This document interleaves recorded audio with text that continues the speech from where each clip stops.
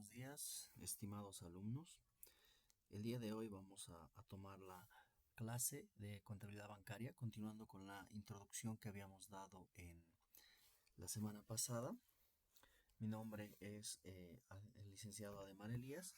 Soy el encargado de brindarles la doctrina para esta clase específica y tener la introducción de nuestra sesión como tal. ¿Qué vamos a aprender hoy? Bueno, el día de hoy vamos a aprender acerca de la doctrina de intermediación, es decir, cuál es la filosofía de economía, los conceptos clave y el marco de regulación que tiene el sistema financiero en Bolivia. Adicionalmente, como un segundo acápite, vamos a ver la estructura del balance general, que tiene una marcada diferencia con la estructura de un balance comercial para una empresa cualquiera. En el ámbito bancario se tienen ciertas cuentas que deben considerarse de una manera específica. También vamos a ver el tema de las operaciones pasivas, que son captaciones, costos y fondeo. Y también las operaciones activas que realiza una entidad financiera o de intermediación como tal, ¿no? También vamos a ver los riesgos e indicadores que tiene estas entidades para poder atenderlas y comprenderlas de una mejor manera.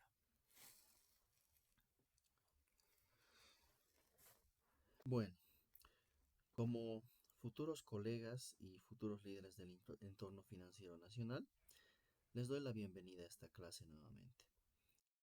Hoy nos vamos a sumergir en el corazón de la arquitectura económica de nuestro país, básicamente tocando el sistema financiero y la técnica contable que nos permite registrar, y una vez que nosotros sepamos cómo registrar, también auditar y controlar estas cuentas, ¿no?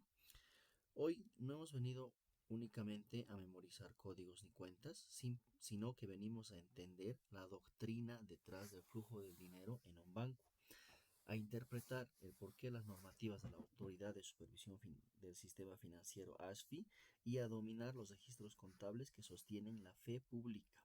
Bueno, vamos a iniciar con una consulta, una pregunta para los presentes acá. ¿Por qué creen que la contabilidad de un banco es diametralmente opuesta a la contabilidad de una empresa comercial o industrial, como lo habíamos mencionado?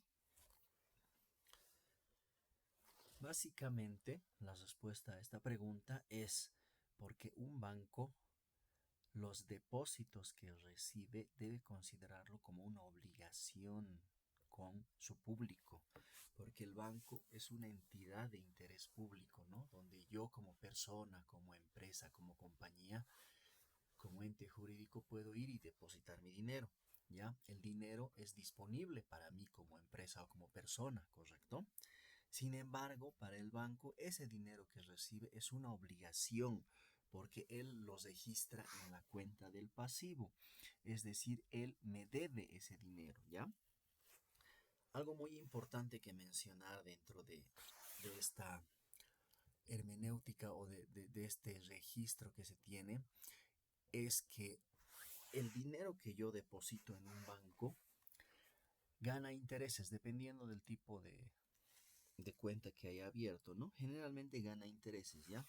Los intereses que gana se denominan intereses con una tasa pasiva, es decir, nos pagan una tasa en cuentas que yo deposite de alrededor del 2 al 3%. Existen cuentas premium que te dan hasta un 4 o 5% de interés anual sobre los depósitos que tú tienes, ¿ya? Sin embargo, esa es una tasa pasiva, porque con el mismo dinero que se tiene, que recauda el banco, él lo que hace es trabajar mediante créditos, líneas de créditos, préstamos y otro tipo de operaciones financieras. Esa se denomina la tasa de interés activa. Entonces, si yo tengo una tasa de interés activa y le resto la tasa de interés pasiva que yo tengo que pagar a las personas que me depositan el dinero, me queda un restante. Ese restante es denominado spread financiero, ¿ya? El spread financiero es lo que permite a las entidades financieras sobrevivir, pagar sueldos, pagar regulaciones, pagar alquileres y todos esos temas específicos, ¿ya? Eso es muy importante conocerlo porque el spread bancario es un término clave dentro de la contabilidad bancaria como tal. Bueno, continuando con el tema.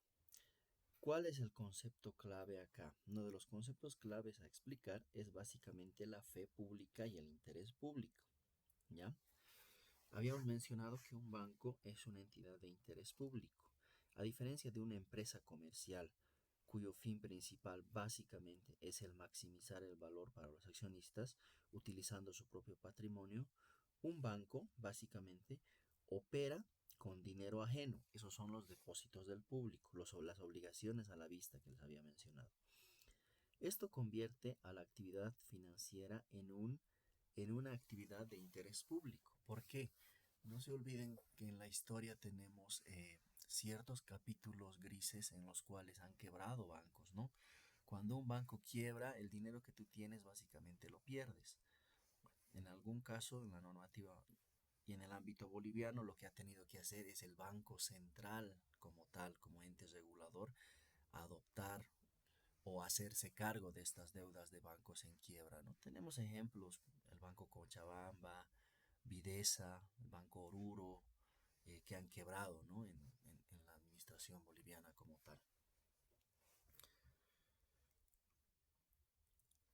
Bueno, continuando con esto, es importante saber qué es la Ley de Servicios Financieros, la denominada Ley 393, que ha sido promulgada el 21 de agosto de 2013.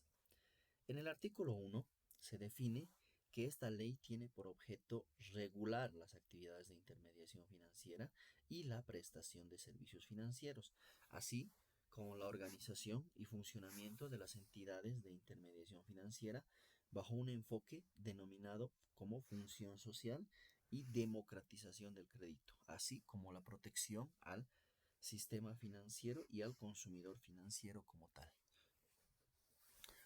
Uno de los principales entes como autoridad que se dedica a regular al sistema financiero es la conocida ASFI, ¿no? Desde 1928 que viene regulando, anteriormente era una superintendencia, actualmente es una autoridad de supervisión del sistema financiero como tal.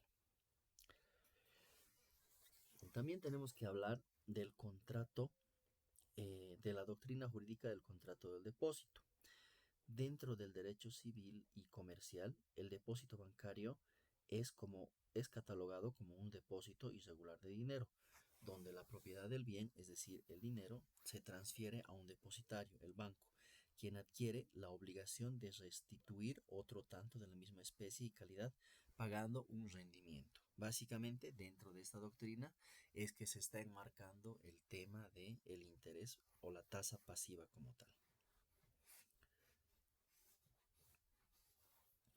Bueno, acá es importante nuevamente recalcar por qué la intermediación financiera es de interés público, ¿no?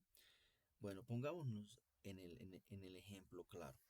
En una empresa comercial, si un negocio quiebra, básicamente los afectados directos van a ser los socios, ¿no? Cualquier empresa que quiebre va a afectar directamente a sus socios como tal y a algunos proveedores a los cuales pueda deberle, algunos acreedores a los cuales también tenga, ¿no? Pero si un banco quiebra, básicamente lo que hace es colapsar una cadena de pagos de una sociedad, ¿no?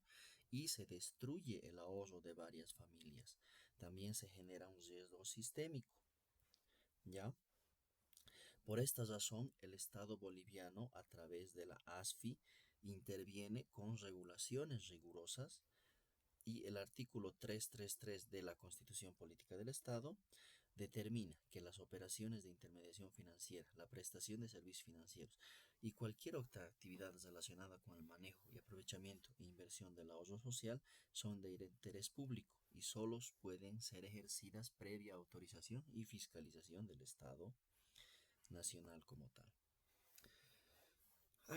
De toda esta doctrina que hemos ido viendo hasta ahora, nace la necesidad de una contabilidad especial, estandarizada a nivel diario, que permita conocer el estado de liquidez y la solvencia de una entidad en tiempo real.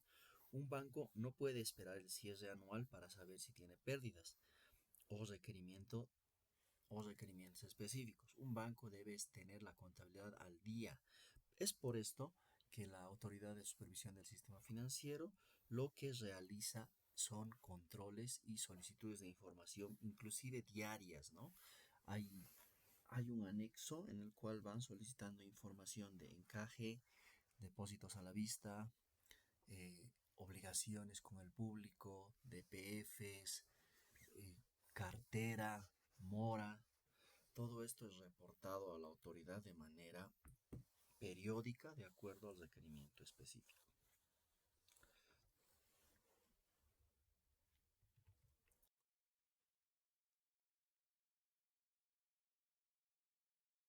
A ver, ahora dentro de dentro del tema que nos toca tomar, vamos a tomar una dinámica específica para poder considerar cómo se realiza la contabilización en una entidad. A ver, si el dinero depositado en una cuenta de ahorros pertenece al cliente, aquí viene la cuestionante.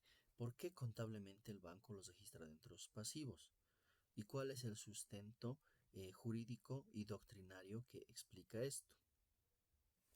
Ya. En acá lo que debemos hacer básicamente es entender que el banco está recibiendo dinero con el cual obviamente va a trabajar a través de una tasa activa dentro del sistema financiero, es decir, prestando este dinero. Sin embargo, ellos tienen una obligación de devolverlo, porque yo, al momento de depositarlo como empresa, como persona jurídica, como persona natural, lo que hago es básicamente resguardar mi dinero, ¿no? Lo que trato de obtener al meter mi dinero en un banco es básicamente obtener seguridad de que el dinero va a estar ahí a pesar de todo. Es por eso que como yo lo estoy depositando, para mí como ente, es un activo, es disponible. Para un banco, cuando recibe este dinero, contablemente es un pasivo, porque es una obligación con el público. Vamos a ver dentro de la nomenclatura contable, se denominan obligaciones con el público a la vista y todo lo demás.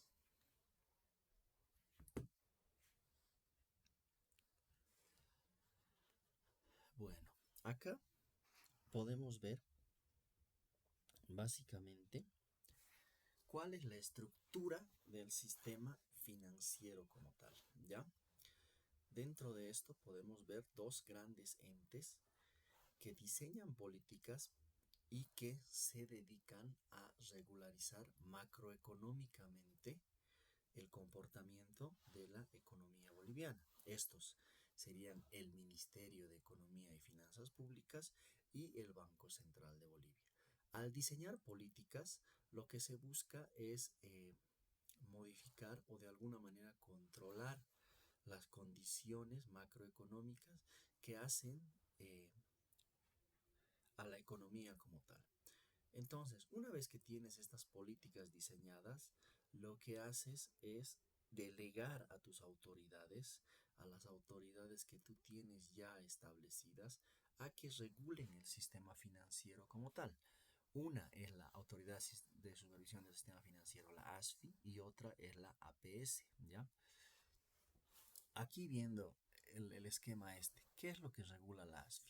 La ASFI básicamente regula a empresas de servicios financieros. Dentro de las empresas de servicios financieros tenemos las empresas de leasing, ya sean operativos, generalmente los bancos tienen sus leasing, los almacenes generales de depósito, los warrants, igualmente los bancos, el mercantil tienen warrant, que yo recuerde, buros de información crediticia y calificadores de riesgo. También regula a básicamente lo más grande o el core del funcionamiento de la ASFI es las entidades de intermediación financiera. Básicamente, acá se regulan los bancos, las cooperativas, los fondos financieros privados y las mutuales. También tiene que regular a empresas de valores, es decir, agentes de bolsa, corredores de bolsa, fondos de inversión, sociedades de administraciones de inversión, las denominadas SAFIs. Y la APS, la Autoridad de Fiscalización de Control de Pensiones y Seguros, básicamente se dedica a regular a los corredores de seguros y reaseguros, asimismo los brokers como tal, ¿no?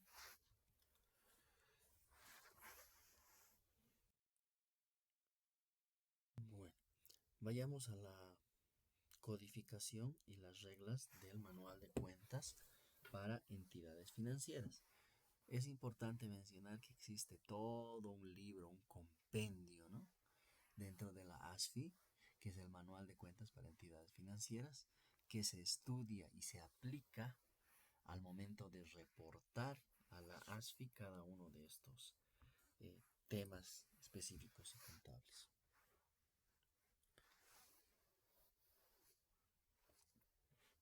Acá podemos ver básicamente el tema que habíamos visto anteriormente, que es la paradoja contable, lo que les mencionaba. Por ejemplo, los créditos otorgados para una empresa comercial o industrial son una cuenta por cobrar, ¿ya? Para una entidad financiera es igual, es un activo, pero es básicamente lo que realmente funciona operando dentro del banco, es la cartera, ¿ya? Los depósitos recibidos para una empresa comercial o industrial básicamente sería el disponible en bancos, el activo más líquido, ¿no? Lo que está arriba. Sin embargo, para una entidad financiera es denominado obligaciones con el público, es el principal pasivo. ¿Cuál es el origen del margen? Bueno, en una empresa comercial o industrial básicamente es la rotación de inventarios, ya sean productos terminados, productos en proceso o simplemente la compra de inventarios para la reventa, lo cual me genera un margen. En cambio, para una entidad financiera es el spread bancario que habíamos mencionado anteriormente, ¿no? Que es una tasa activa menos una tasa pasiva, lo que nos da un spread específico, que es lo que le permite funcionar al banco como tal. Bueno, y el flujo principal o el generador de ingresos dentro de una empresa comercial sería la venta de mercaderías e insumos, ¿no? Dependiendo de su rubro, o la venta de servicios. En cambio, en una entidad financiera es la intermediación financiera, es decir, captar dinero, los depósitos a la vista que habíamos mencionado, a un bajo costo y colocar este mismo dinero en préstamos productivos, eh, préstamos de capital, pueden ser préstamos para vivienda, pueden ser préstamos de consumo, ¿no? Y obviamente a un mayor costo, lo que me va a dar un mayor margen o spread como tal. A continuación, vamos a ver la estructura del código del manual de cuentas para entidades financieras, ¿ya? Dentro de esta estructura, la ASFI exige la adopción uniforme de un plan de cuentas único para garantizar, primeramente, el reporte. Segundo, la comparatibilidad y la transparencia del sistema. Su arquitectura sigue un orden de granularidad estricto, ¿ya? Es decir, este plan de cuentas se estructura en base a requerimientos del financiador. Estas cuentas no pueden ser cambiadas porque ya están estructuradas dentro de un manual único de cuentas, ¿no? El libro, el compendio que tiene. Es decir, si ustedes algún día llegan a trabajar en un banco, en el área de gestión de riesgos o reportería, básicamente tienen que utilizar esto obligatoriamente para reportar a la ASFI. Caso contrario, la ASFI te rebota el reporte y se genera una multa por el no cumplimiento de esta obligación. ¿Ok? Bueno, como podemos ver, dígito o clase es básicamente el grupo de la cuenta como tal, ¿no? El cual sería 1 para activo, 2 para pasivo, 3 para patrimonio, 4 para pérdidas, 5 para ganancias y 6 para las cuentas de orden. El primer y el segundo dígito en el grupo sería, por ejemplo, el grupo 11 disponibilidades. O el grupo 13, cartera. Del primer al cuarto dígito tenemos la cuenta analítica. Por ejemplo, la 131.00 sería cartera vigente. Y del primer al sexto dígito tenemos la subcuenta. 131.01, en este caso, cartera vigente amortizable. Y del primer al octavo dígito tenemos el detalle de la subcuenta. Por ejemplo, 131.01.1.01 sería cartera vigente amortizable en moneda nacional. Bueno, ¿cuáles son los principios contables críticos según la ASFI? Básicamente, la moneda del registro, el registro obligatorio multimoneda, moneda nacional, moneda extranjera, con mantenimiento de valor respecto al dólar o la unidad de fomento a la vivienda, y el devengado riguroso. ¿Qué quiere decir el devengado? Es un principio contable que hemos debido verlo en las clases introductorias, en las primeras de introducción a la contabilidad. Pero rememorando un poco, ¿qué es el devengado? El devengado básicamente es el reconocimiento del ingreso independientemente de cuándo suceda, ¿ya? ¿Qué quiere decir? Que si yo he vendido hoy y he emitido una factura, contablemente tengo que reconocer ese ingreso independientemente de que la factura me la van a pagar en 15 o en 30 días, ¿ya? Ese es el fundamento o el principio del devengado bajo el cual se rigen nuestras normas bolivianas de contabilización o los principios de contabilidad generalmente aceptados en Bolivia. Acá, por ejemplo, también todo banco debe registrar la acumulación de ingresos y los gastos cada 24 horas sin excepciones. Esto por el principio o la aserción del corte dentro de los estados financieros, ¿ok?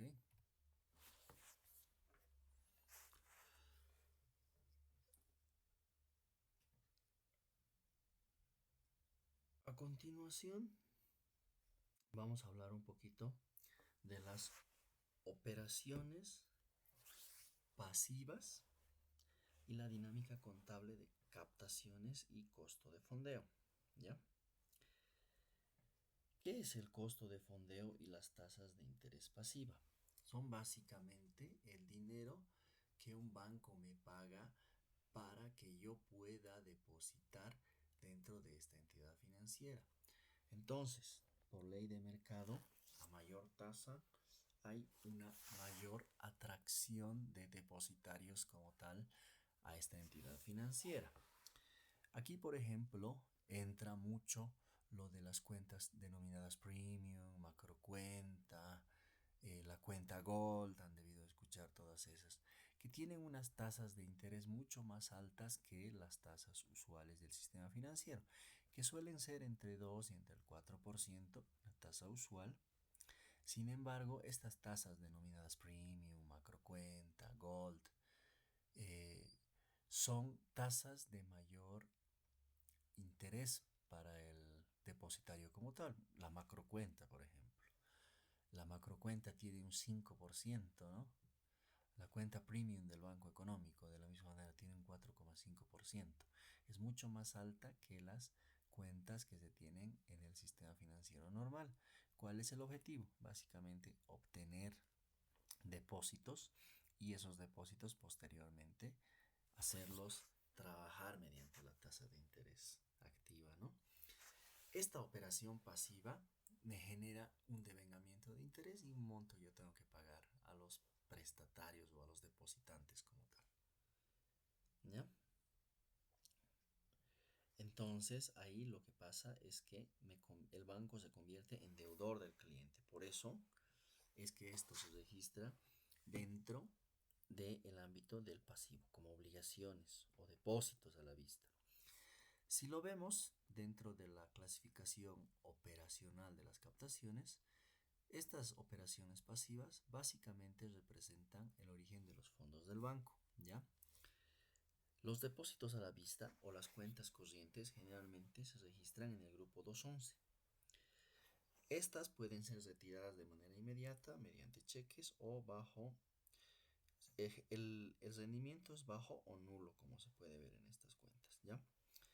Depósitos en caja de ahorro, el grupo 212. El retiro inmediato o restringido mediante libretas de tarjetas de débito. Devenga un interés sobre saldos mínimos o saldos diarios, de acuerdo a las políticas de la ASFI. Finalmente se tienen los depósitos a plazo fijo. Han debido ver que incluso en el mercado boliviano, cuando, volviendo a esta parte,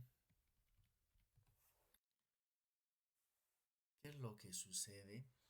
Viendo ya macroeconómicamente, ¿qué es lo que sucede cuando hay un exceso de efectivo en la economía como tal? Se genera inflación, ¿ya? Lo que se busca con políticas macroeconómicas, en este caso contractivas, que hace el Banco Central, y todos deben estar familiarizados que justamente en diciembre, cuando se reparten, cuando se reparten aguinaldos, cuando además se pagan los sueldos, además hay inyección de efectivo desde afuera, porque las personas que tienen familiares afuera lo que hacen es mandar dinero, ¿no? Inyectan dinero a la economía boliviana a través de remesas. Entonces, justamente entre los meses de diciembre y enero es cuando más dinero empieza a girar dentro de la economía boliviana. Entonces, el Banco Central, conjuntamente con el Ministerio de Economía y Finanzas, lanza un programa que es usual y cada año es lanzado denominado bonos soberanos, ¿no? O bonos navideños. Estos bonos lo que buscan es extraer ese exceso de dinero del mercado boliviano. Al extraer ese dinero del mercado boliviano, lo que hace es frenar de alguna manera el exceso de efectivo. Por lo tanto, es una política contractiva para poder manejar el tema de la inflación por exceso de dinero, ¿no? De la misma manera, justamente las entidades financieras, para poder captar dinero, lo que hacen es generar depósitos a plazo fijo, ¿no? Han debido ver, hay DPFs desde 180 días, 360, llegando a los 1080. Y obviamente te brindan un interés mucho mayor. ¿Cuál es ahí el tema? ¿Cuál es el truco? Que tú no puedes sacar tu dinero. Si yo voy y me compro un certificado de DPFs, por ejemplo, pongámosle el ejemplo, 1000 bolivianos a 180, a 90 días, 180 o 360, no puedo retirar ese dinero antes. Y si lo hago, básicamente voy a perder el interés que se está devengando por esta inversión y es considerada una inversión, ¿no? Ahí viene el tema del truco que se tiene. Por ejemplo, nuestro sistema de pensiones, las denominadas gestoras, que antes eran las AFPs, lo que están permitidos es invertir en instrumentos financieros dentro del mercado. Entonces, ¿qué hacen? Cuando hay emisiones, compran estos DPFs, ¿no? Y obviamente van a tener una utilidad por invertir el dinero de todos los bolivianos que trabajan y aportan activamente a este sistema. Entonces, estos DPFs básicamente requieren una mayor tasa pasiva, básicamente a cambio de la estabilidad temporal para fondear los créditos. A ver, dentro de, dentro de las clases como tal, vamos a tomar un caso práctico de la emisión del devengamiento de un DPF. ¿Cómo se calcula? Es básicamente un interés simple que hemos debido ver en las clases de matemática financiera, ¿no? Por ejemplo, si aquí nos ponemos el problema, el cliente Juan Pérez ha depositado 200.000 bolivianos en efectivo, ¿ya? A un plazo de 90 días y una tasa de nominal del 6% anual, el 1 de octubre del 2026. Y la base comercial, es decir, los días dentro del cálculo son 360 para fines de ser utilizados en la fórmula. Aquí es importante mencionar que lo que se tiene es el rigor del devengado. ¿Qué quiere decir? Que aunque el cobro va a realizarse el día 90, la entidad financiera tiene que devengar mensualmente el gasto acumulado prorrateando 30 días. Y también hay que tomar una consideración como agente de retención, es decir, el banco va a retener el 13% del RSIVA antes del desembolso de los intereses al cliente. Ya. ¿Cómo se calcula esto? Se utiliza la fórmula del interés simple. Interés simple es igual al capital por la tasa por el tiempo, dividido entre 360. Entonces, siguiendo la fórmula, serían 200.000 bolivianos por el 6% dividido entre 100 es, para convertirlo en numeral para utilizar la fórmula, es 0,06 por 30 días dividido entre 360. Ahí tenemos un interés de 1.000 bolivianos que debe ser registrado de manera devengada cada 30 días. Hay que devengar los 333,33 para llegar a los 1.000 bolivianos. Esta es la fórmula en la cual se calcula un DPF dentro de una entidad financiera, ¿ya? Para mí, si yo recibo el dinero, sería un pasivo y tengo que ir devengando de esta manera todas estos intereses que habíamos mencionado, ¿no? Es interés simple la fórmula. Siguiendo con el tema,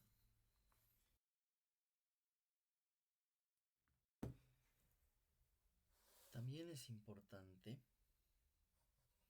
mencionar cuáles son los asientos contables de acuerdo al manual de cuentas para entidades financieras de la ASFI. Ya. Como ya hemos visto en el slide anterior, hemos hecho el cálculo específico que ustedes como contadores van a realizarlo. Lo que sigue a continuación es el registro contable de la apertura y el devengamiento. ¿Cómo se realiza esto?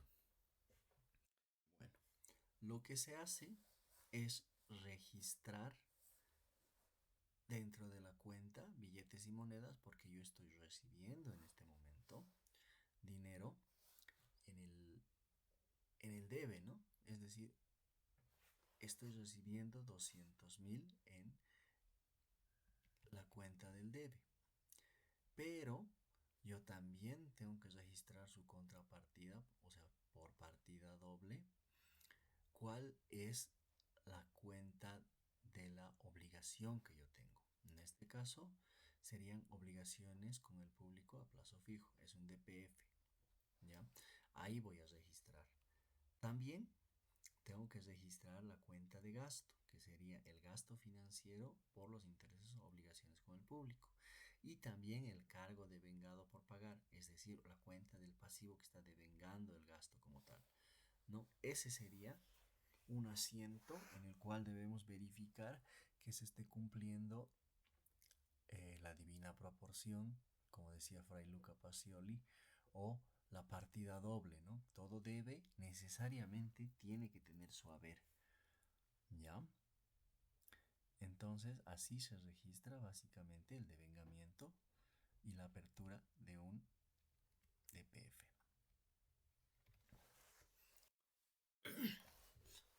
Finalmente, habíamos hablado del tema de la liquidación de los impuestos. Como pueden ver, si bien tenemos las obligaciones con el público, también tenemos los cargos devengados, existen retenciones impositivas y lo que se debe pagar.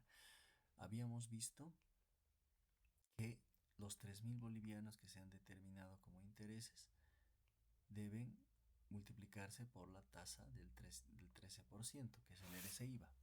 Entonces, el monto neto del interés devengado sería básicamente los 3.000 menos los 390. Entonces, para este caso, yo debería depositar 2.610.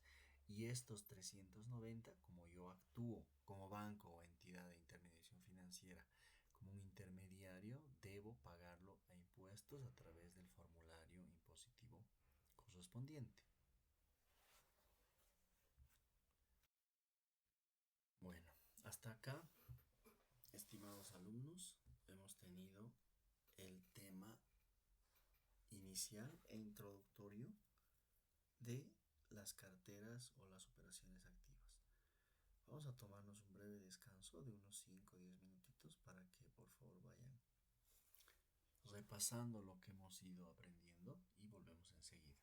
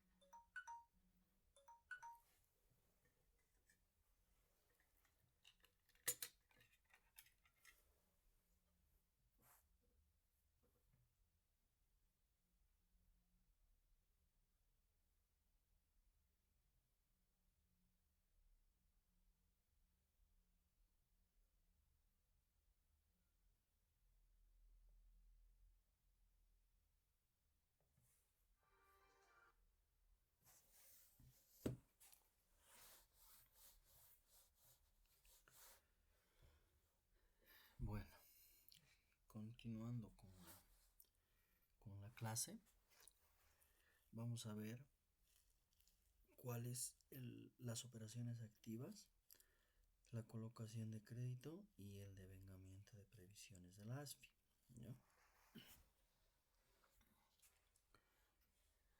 A continuación estamos proyectando básicamente cuál es la clasificación de la cartera de la ASFI. ¿Qué es el riesgo crediticio? Ya. Hay que empezar entendiendo este concepto muy importante dentro de las entidades financieras, ¿ya? El riesgo de crédito básicamente representa la probabilidad de que un deudor no pueda cumplir con sus obligaciones contractuales en los términos pactados. Para mitigar este riesgo, la ASFI obliga a las entidades financieras a clasificar periódicamente su cartera y a construir previsiones contables. ¿Qué son las previsiones? Son algo que espero gastar en algún momento del tiempo, ¿no? Entonces, acá, por ejemplo, tenemos la CIRC, la Central de Riesgo Crediticio, donde van clasificando a cada uno de los prestatarios en una categoría específica. Esta categoría te permite, primeramente, acceder a mejores condiciones de crédito y, finalmente, poder determinar que una persona no tenga un crédito en el Banco Nacional de Bolivia y a la vez se vaya a prestar al Banco Visa y a la vez se vaya a prestar al Banco Económico. Entonces, con 3 créditos ya no va a haber liquidez que le dé, ¿no? Entonces, para evitar esos temas es que se realiza este tema de la Central de Riesgo Crediticio en Bolivia y la escala de las previsiones. Primeramente tenemos una categoría A. La categoría A, donde se clasifica la mayoría de los clientes o prestatarios, básicamente tiene un riesgo mínimo. ¿Qué quiere decir? Que esta persona tiene una capacidad de pago robusta como deudor y requiere una previsión genérica. La previsión genérica se lo realiza en base a análisis específicos del área de cartera, ¿no? Es una previsión general que se tiene que tener y es obligatoria por ley.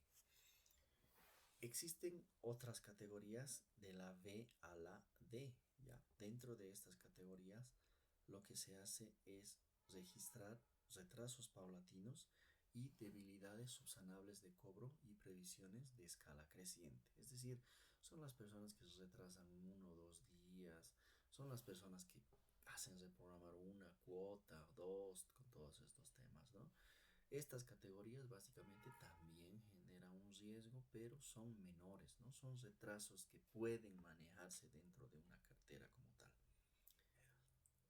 Finalmente, tenemos las categorías E y F. ¿Ya? Estas categorías E y F básicamente son consideradas incobrables. Son pérdidas inminentes o definitivas del capital entregado, ¿no? Aquí es importante que haya sido mitigado el riesgo crediticio y que se hayan agotado todas las instancias específicas para poder realizar el cobro, ¿no? Por eso las entidades de intermediación financiera generalmente tienen departamentos de cobranzas, ¿no? Departamentos en los cuales van trabajando abogados, trabajan operativos, ingenieros comerciales, ingenieros financieros, contadores, que se realizan o se dedican a realizar el cobro como tal, ¿no? Hay que agotar los medios. ¿A qué me refiero con agotar los medios? Es decir, hacer todas las opciones disponibles que yo tenga para poder realizar el cobro. Bueno, empezaré con la llamada, seguiré con la visita, haré una primera intimación en la cual realizaré el cobro. Incluso si llegan a los extremos, no sé si han visto que los agentes van en la madrugada y ponen deudor moroso. Bueno, a veces suelen ser los bancos, ¿no? Por eso es importante que exista la dirección como tal para poder realizar estas gestiones de cobro. Ahora, si no realiza todo eso, si no realiza el pago y yo he solicitado alguna garantía, alguna hipoteca, bueno, terminaré liquidando la hipoteca, ¿no? Lo importante es que se resguarde como tal el capital que ha prestado este banco, ¿no? Y que se recupere. Por eso es importante pagar las deudas, porque si no se pagan las deudas y se tiene una hipoteca, es muy probable que el banco realice un cobro coactivo, un cobro incisivo en el cual vayan a liquidar esta hipoteca para recuperar el capital prestado, ¿no? Y dentro de la teoría de las previsiones, básicamente se registran en el grupo 139, ¿no? Es importante mencionar que estas no son cuentas de activo como tal, sino que se denominan cuentas regularizadoras de activo, es decir, de acuerdo al marco de información financiera, tienen una naturaleza distinta, porque no se olviden que las cuentas del activo tienen un saldo deudor. Sin embargo, siempre se van a acordar de esto, las cuentas regularizadoras de activo generalmente tienen un saldo acreedor, porque lo que hacen es disminuir el saldo del activo, ¿ya? Esa es la diferencia en unas cuentas regularizadoras. Básicamente, lo que hacen es blindar el balance, que quiere decir que te van a reducir el monto de la cartera para darte una realidad económica mucho más certera o cercana a la realidad. ¿Por qué? Porque existen créditos incobrables, existen pagos que no se van a realizar, existen todo ese tipo de operaciones que necesitan ser reflejadas en los estados financieros. Y no nos olvidemos que el objetivo de un estado financiero, más allá de mostrar la situación patrimonial en la cual se encuentra la empresa, es reflejar la realidad económica que se tiene a través de las transacciones, ¿no? De las transacciones y operaciones como tal.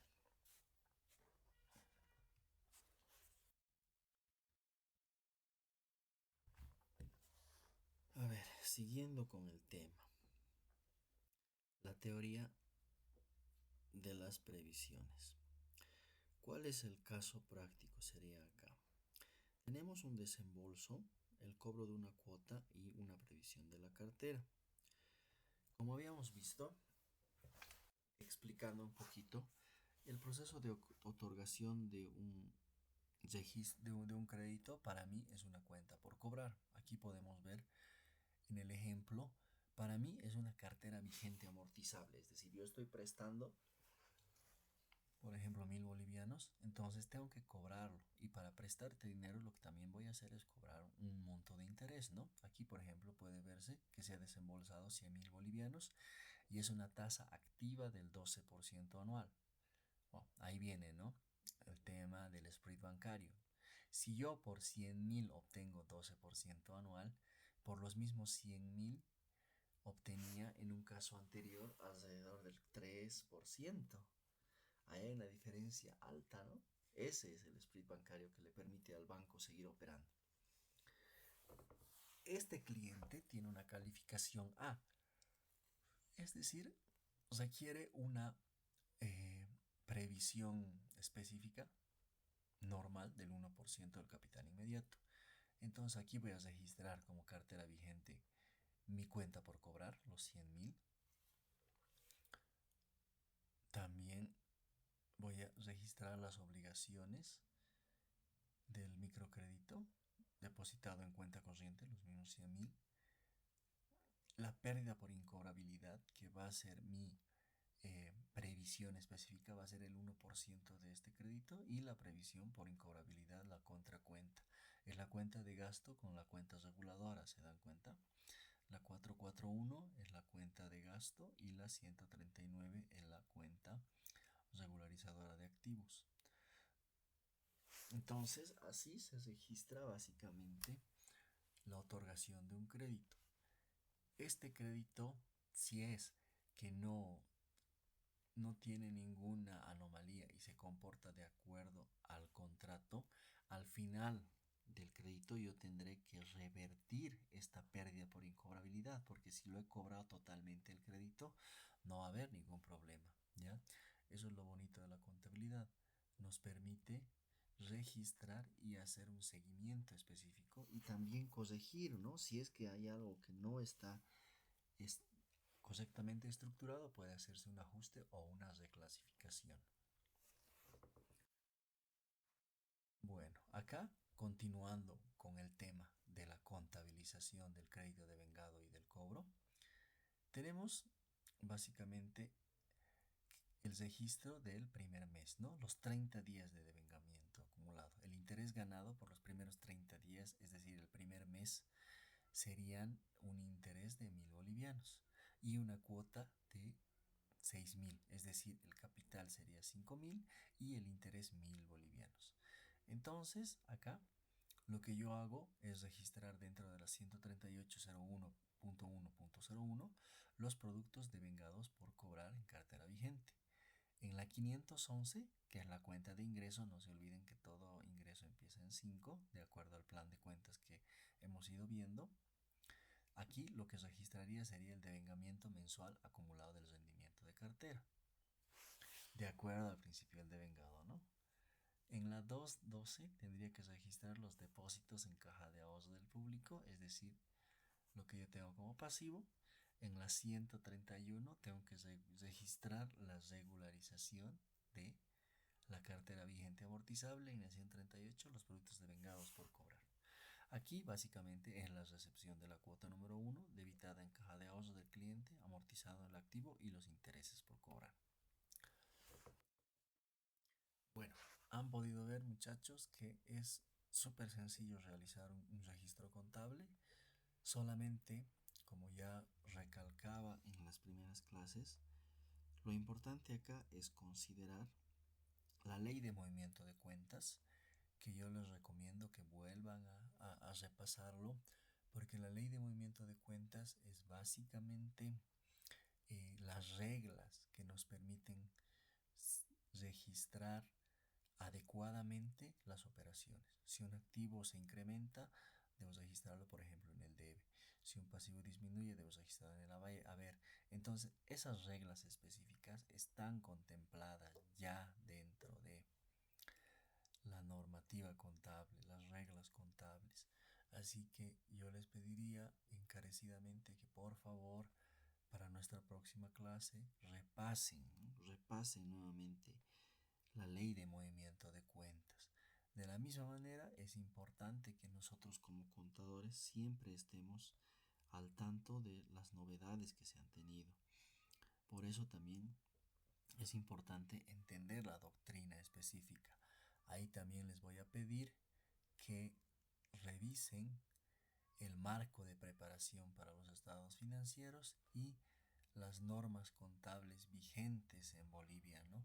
No les estoy pidiendo que hagan un resumen total, pero por lo menos lean y entiendan y hagan un párrafo específico para saber cuáles son estas normas, porque en algún momento dentro de la carrera profesional si nos piden norma contable 11, no sabemos, norma contable 21 que está ahora de moda, diferencia de tipo de cambio fluctuante que vamos a tener.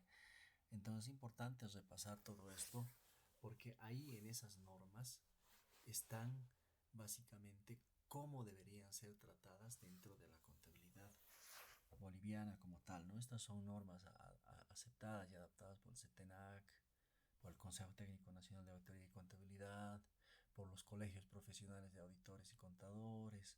Entonces es súper importante que nosotros como contadores estemos al tanto y que sepamos mínimamente de qué tratan estas normas, ¿no? Así que recalcando, les pediría nuevamente que lean para que en nuestra próxima clase, que va a ser más contable, estemos hablando en el mismo idioma y estemos todos en la misma sintonía.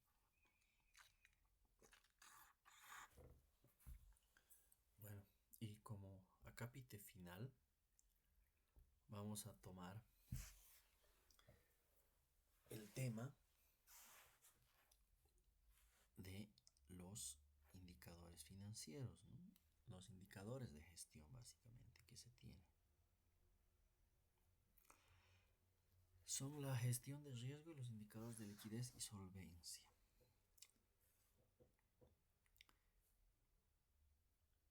Ya, estos indicadores básicamente son ciertas fórmulas de cálculo que se los realizan de manera obligatoria, ¿ya?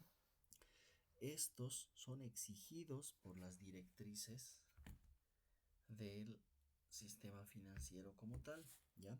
También vienen desde Basilea y la ley 393 también la menciona, ¿no? ¿Qué es lo que hace, por ejemplo, el coeficiente de adecuación patrimonial?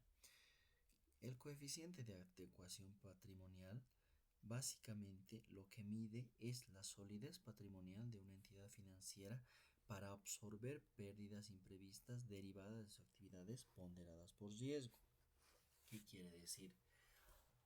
Que si yo en este momento tuviera unas pérdidas excesivas dentro de la entidad financiera, esta a través de su patrimonio debería poder absorber estas pérdidas y no afectar al usuario como tal de los servicios financieros, al público. Porque no nos olvidemos que ya habíamos mencionado al inicio de esta clase de que un banco es una entidad de interés público, ¿no? Por lo tanto, la quiebra de esta entidad lo que puede hacer es afectar a un montón de familias en el ámbito boliviano. Para evitar todo esto, lo que se hace básicamente es realizar este coeficiente de adecuación patrimonial como tal. ¿Ya? ¿Cuál es el mínimo regulatorio en Bolivia? De acuerdo a la normativa, el mínimo regulatorio en Bolivia es el 10%. Esto está estipulado en el artículo 415 de la Ley 393 de Servicios Financieros. Un banco que cae por debajo de un 10% entra en un programa de intervención y regularización obligatoria por parte de la ASFI, ¿no? No se olviden que acá dentro del ámbito financiero sí hemos tenido casos, ¿no? En los cuales ha tenido que intervenir la ASFI. Mutual La Paz o Mutual La Primera, si no me equivoco, es un caso claro. Pero no era relacionado a este tema de la educación patrimonial, ¿no? Era básicamente ciertas administraciones, reportes e informes que se le han ido pidiendo como tal a la entidad. Esa es una entidad de vivienda y no ha podido responder a tiempo, entonces por eso ha sido intervenida. Otro de los coeficientes específicos que se considera dentro de este cálculo como obligatorio también es el coeficiente de liquidez, es decir, la línea de liquidez a corto plazo. Acá lo que se mide es los activos líquidos, es decir, las disponibilidades más los temporarios, y se divide entre las obligaciones a corto plazo, ¿ya? ¿Qué quiere decir? Que tengo que ver como banco si es que mi efectivo líquido que yo tengo como no corriente es suficiente para poder pagar mis obligaciones en el corto plazo. No nos olvidemos la diferencia entre la contabilización del corto plazo y el largo plazo. Generalmente, generalmente aceptado, el corto plazo es toda obligación menor a un año y largo plazo es toda obligación mayor a un año. Por eso, por ejemplo, cuando ustedes registren o vean en algún estado financiero un préstamo, generalmente las cuotas de este año son registradas como pasivo corriente y las cuotas de los años siguientes son registradas como pasivo no corriente o a largo plazo también se denomina, corto plazo o largo plazo. Entonces, eso nos permite poder hacer análisis y ratios específicos que nos dan estos temas de liquidez. Otro de los indicadores específicos de gestión sería el índice de mora o la calidad de la cartera. Este es un indicador crítico para los inversionistas y supervisores. ¿Por qué? Porque no nos olvidemos que un banco trabaja con cartera, ¿no? La cartera es el préstamo que va realizando, los cobros, la gestión, es básicamente el corazón del banco, ¿no? Entonces, un índice alto de mora quiere decir que no hay una gestión adecuada de riesgo crediticio, ¿no? Yéndonos un poquito al tema operativo, a ver, para otorgar un crédito, más allá de los formularios que se van llenando y la colocación que tiene que realizar el, el agente de crédito, se llama, tiene que haber un tema normativo, una aprobación formal, ¿no? Generalmente existen comités dentro bancos como tal, un comité de crédito, ¿no? Primeramente, el operativo, el agente de crédito, lo que habrá hecho es ir, solicitar, recabar información, evaluar, visitar, por ejemplo, a la persona que quiere obtener un crédito, que tiene su taller, que tiene su tienda, habrá evaluado los temas de las garantías, si es que tiene un garante, habrá eh, revisado que este no esté registrado en otro banco a través de la CIRC, habrá visto el tema de la solvencia de la persona como del garante. Además de recabar todo esto y haber cumplido con estas características, emite un formulario y el formulario es revisado por un supervisor de plataforma, un supervisor de colocaciones, y este supervisor recién informa a su inmediato superior, ¿no? Su inmediato superior analizará todos estos temas y recién a partir de ahí es que lo mandan a un comité de créditos, ¿no? El comité de créditos se reúne periódicamente, generalmente cada 3 días, cada semana, ven cuál es el riesgo y generalmente aprueban los riesgos que no son, perdón, los créditos que no son riesgosos para la entidad, ¿no? Entonces, de esta manera lo que hacen es brindar todo ese nivel de supervisión y todo ese sustento a la otorgación de créditos sabiendo que se va a recuperar para la entidad como tal. Bueno, como han podido ver, mis estimados alumnos, a lo largo de esta clase hemos ido recorriendo desde la filosofía del derecho bancario hasta el registro de un DPF como tal. También hemos visto el registro de un microcrédito y hemos considerado todos los estándares de los entes reguladores, en este caso la ASFI. También recuerden siempre este principio fundamental, ¿no? La contabilidad de una entidad financiera no es matemática como tal, no es algo frío que debe realizarse. Es un termómetro de la salud económica de nuestro país. Un error de previsión no detectado, un devengamiento ficticio o un indicador de liquidez descuidado pueden derrumbar la fe pública que sostiene todo el andamiaje social, ¿ya? No nos olvidemos que una empresa o un banco, entidad de intermediación financiera como tal, como habíamos visto, es de interés público. ¿Por qué? Porque la quiebra de un banco puede afectar a muchas personas, ¿no? Que han depositado su confianza en esto. Es por eso que nuestra profesión es una profesión bella, es una profesión digna, ¿no? Que nos permite reflejar la realidad de las operaciones de las entidades como tal, ¿no? Independientemente de la que sea. Puede ser la tienda de la esquina, la librería, puede ser la peluquería, puede ser un pequeño emprendimiento, un restaurante o un gran banco, ¿no? De todas maneras, debemos nosotros poder registrar de manera idónea y poder reflejar la realidad económica de una empresa, ¿no? Como auditores y gestores de finanzas, la ética, el dominio técnico que había mencionado, por eso repasen por favor la norma, y una celosa eh, observancia y cuidado de los manuales y los lineamientos de contabilización son una barrera de defensa para el ahorro de nuestra gente. Agradezco enormemente su atención y la atención prestada, ¿no? Voy a abrir formalmente el espacio, es decir, en el curso pueden escribir en el chat si es que tienen sus dudas, comentarios o las experiencias operativas en el sistema financiero que necesiten. Vamos a realizar una práctica para poder ver que hayamos captado todo lo aprendido el día de hoy. Muchísimas gracias.